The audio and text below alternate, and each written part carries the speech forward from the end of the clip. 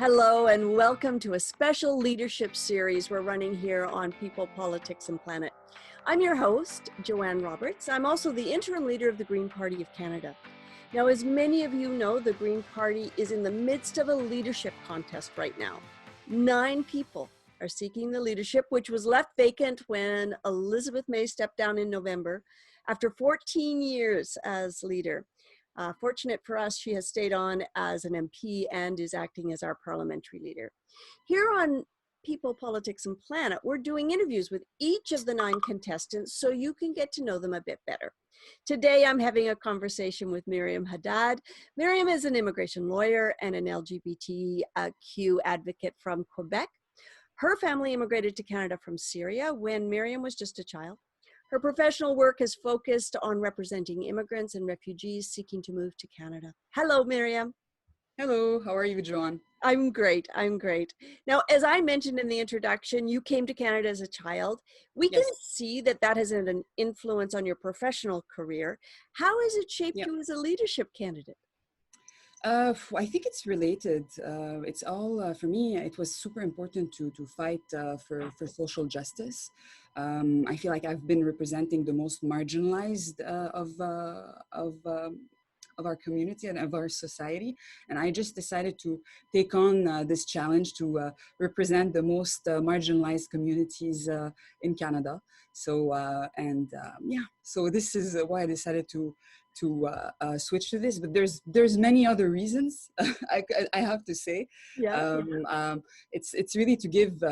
I have a sense of responsibility, towards my generation and the next ones, because we are facing extinction, and we have just a few years to act and to determine our future on this planet. So I just saw this as a great opportunity to change the history of the Green Party of Canada, but also to change the history of the country. And I want to become the leader because I want to inspire and attract the youth to join our movement. And I feel like people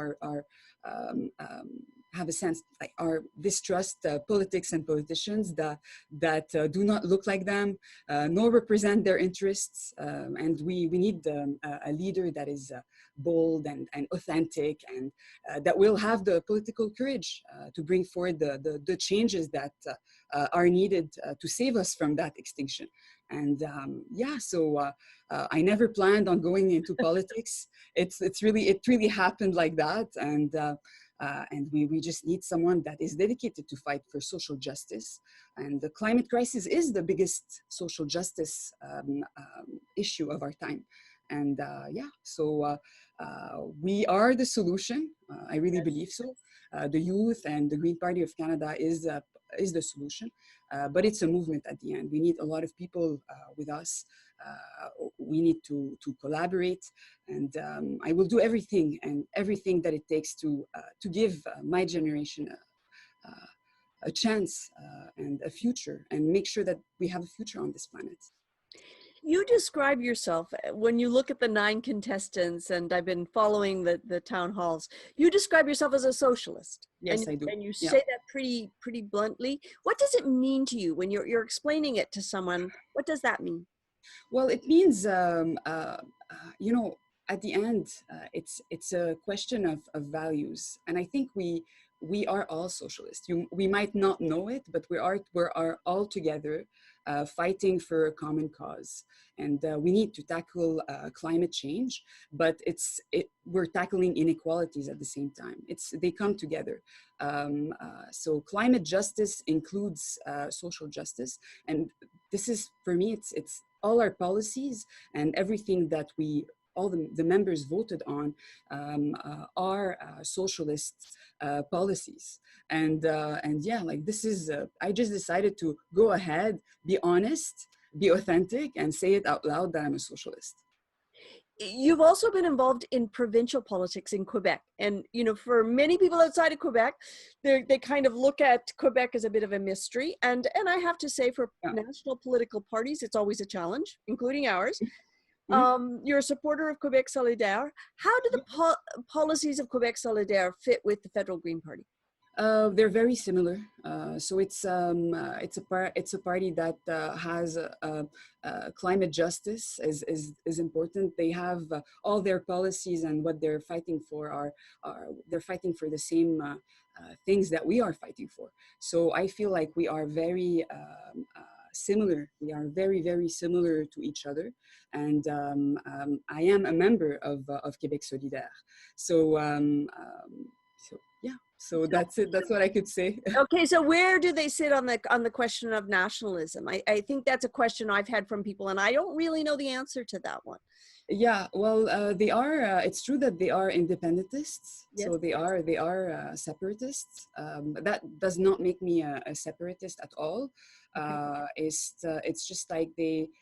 That's it. Like, but I mean, I'm a proud Quebecoise, but I'm not a separatist. And you know, like they know that there's a lot of members, and there's a lot of their supporters, and there's a lot of people that vote for them that are not separatists. Climate for them, and the climate and social justice for them are the most important issues. And this is why a lot of people are supporters of Québec Solidaire. And it is strange in Quebec that they are the only progressive provincial party. So, well, there is.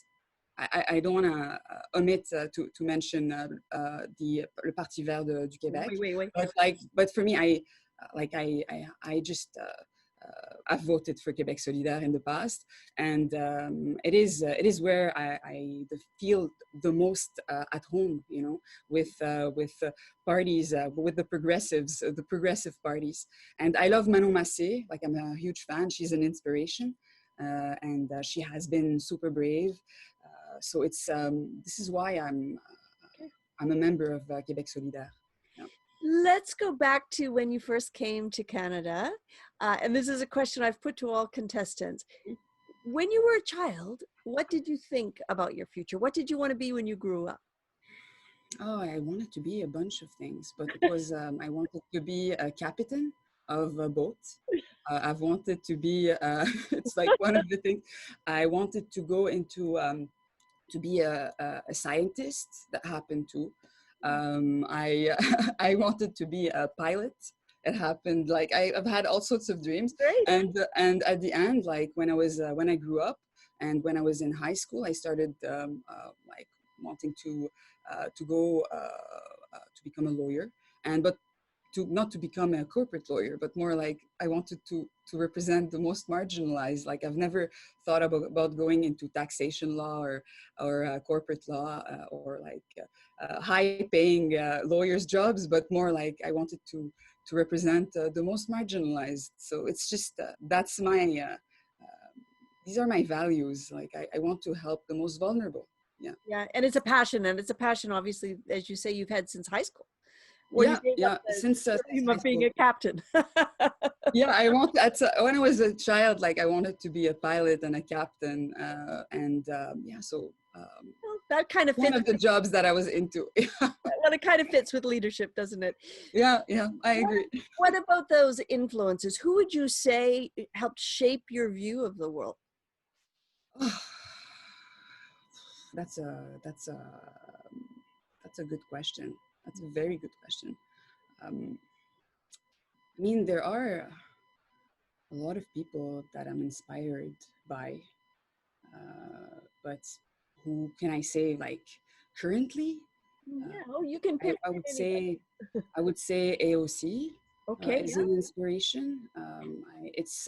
She's Manon Massé is an inspiration, and like, I can't leave out Elizabeth too. You know, that's Elizabeth May is another inspiration, and Greta Thunberg is an inspiration.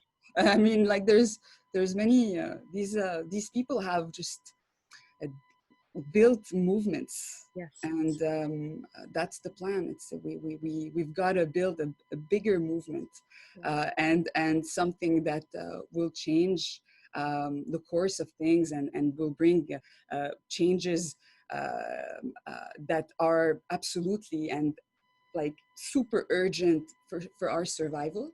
And that's what I want to do. So they are all inspiration. I'm inspired by them. Yeah. Well, they have shown us what is possible, right? You know, I think many people would say that Elizabeth's role, for example, has brought so many people to the party because they look at what she on her own has done and they want to kind of be part of that. So let's talk about how we get more people into the House of Commons to support Elizabeth and Jenica and Paul. What is your plan to increase the number of seats that we win? Oh, well, there's many, we need to start campaigning immediately. That's one of the first things. That's my plan as the moment I become the leader. And we need to be clear on what we stand for. We need to be clear about the fact that we are the party of progress, the one that tackles climate change and inequalities. We need to communicate our messages and policies more clearly. I feel like the last campaign's platform, we have the most progressive policies, but we had like our slogan confused people. It was a centrist slogan for the most progressive platform. It just did not make sense. A lot of people did not know who we were as a party. We need to decentralize our campaigns also, and we need to decentralize and to centralize our the party and the structure regionally instead. And it's the people on the ground that and locals that will that know what are the problems that are happening in their regions.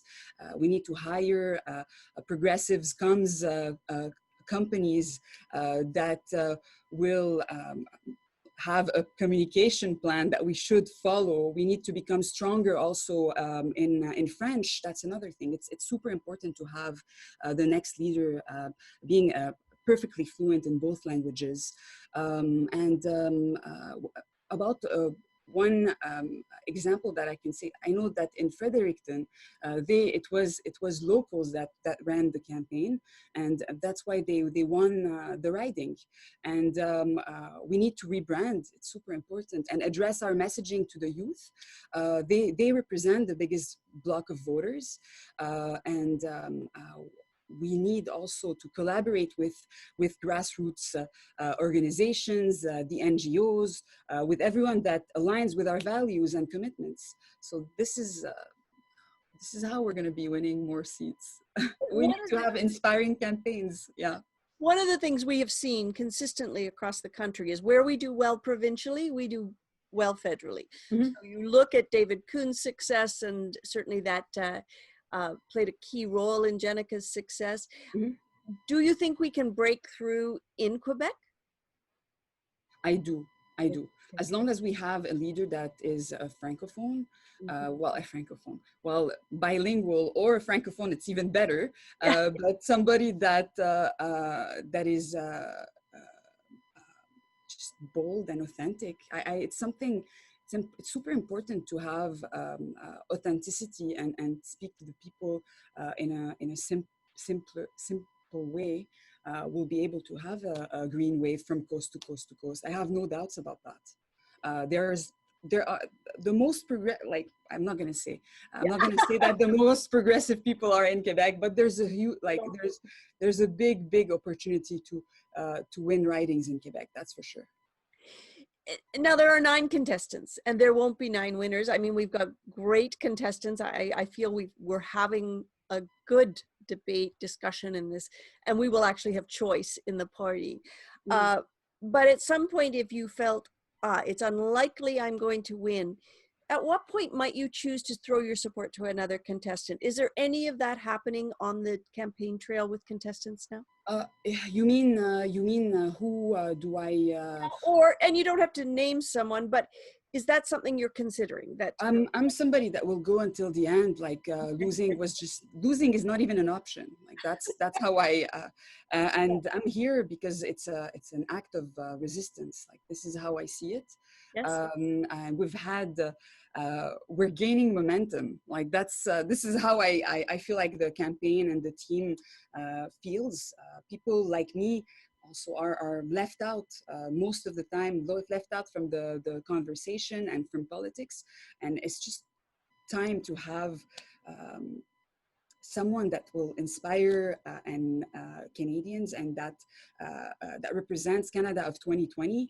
And we have, 70 volunteers Could you imagine if I give up on them, who believe in us, who believe in the movement?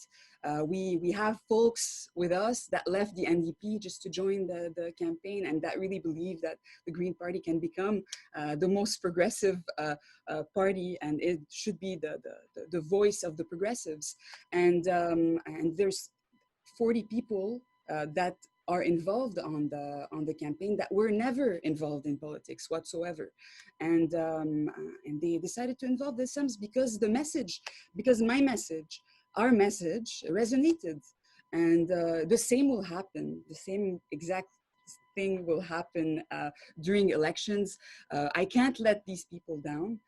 We are here to make real change, and maybe I won't be the leader. But I hope so. I really do. But change means going until the end, and I see myself winning, and I'm here to stay. Well, so here to stay, even if in the end you don't win. I mean, you've built this great team.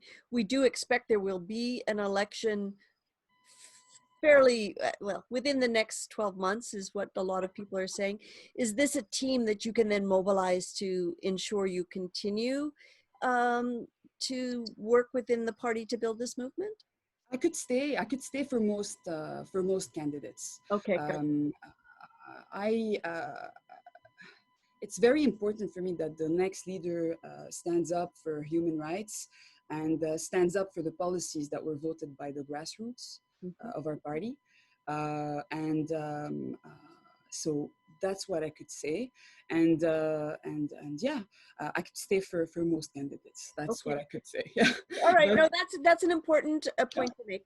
Now, this is a question, again, I'm asking all contestants. So it's a big commitment. I don't have to tell contestants this.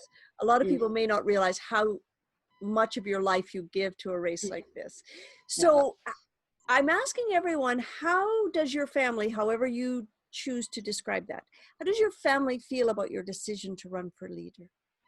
My family, I could say about my parents and my brother, support me, and they want me to stay until the end. Yes. They are very supportive. Yeah, but like, it's for sure there are a lot of sacrifices, but I'm willing to make all the sacrifices needed for the cause. This is how I see it. I'm dedicated. Even my little brother is thinking to run. He is inspired, you know, and my dad is particularly excited.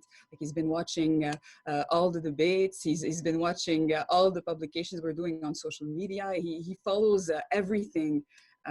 He follows everything that I'm doing. So I do. I know the responsibility it takes, and I know the sacrifices it takes, and I'm willing to do any sacrifice that is needed for the cause, as I said. So if you're chosen leader, and I'm sure you would say when you're chosen leader, how important would it be for you to seek a seat in the House of Commons? Would you go anywhere in the country if there were a by-election, for example? I would. As I said, I would go. It's super important for me to be elected as fast as possible. It will be my priority. When this is over, as a party, I think you've identified this. We need to grow and to be unified and to attract others. So you've talked about youth. You've talked about strengthening our Quebec wing, being more local and regional. Is there something else that, as a national party, you feel we haven't touched on that is kind of critical to our success? Yes, I think that we need to build a Green New Deal for all. We gotta be clear about what we stand for. We need to show and demonstrate that we have the political courage and that we're gonna present and have bold ideas to tackle climate change with at the core of it, decolonization and social justice.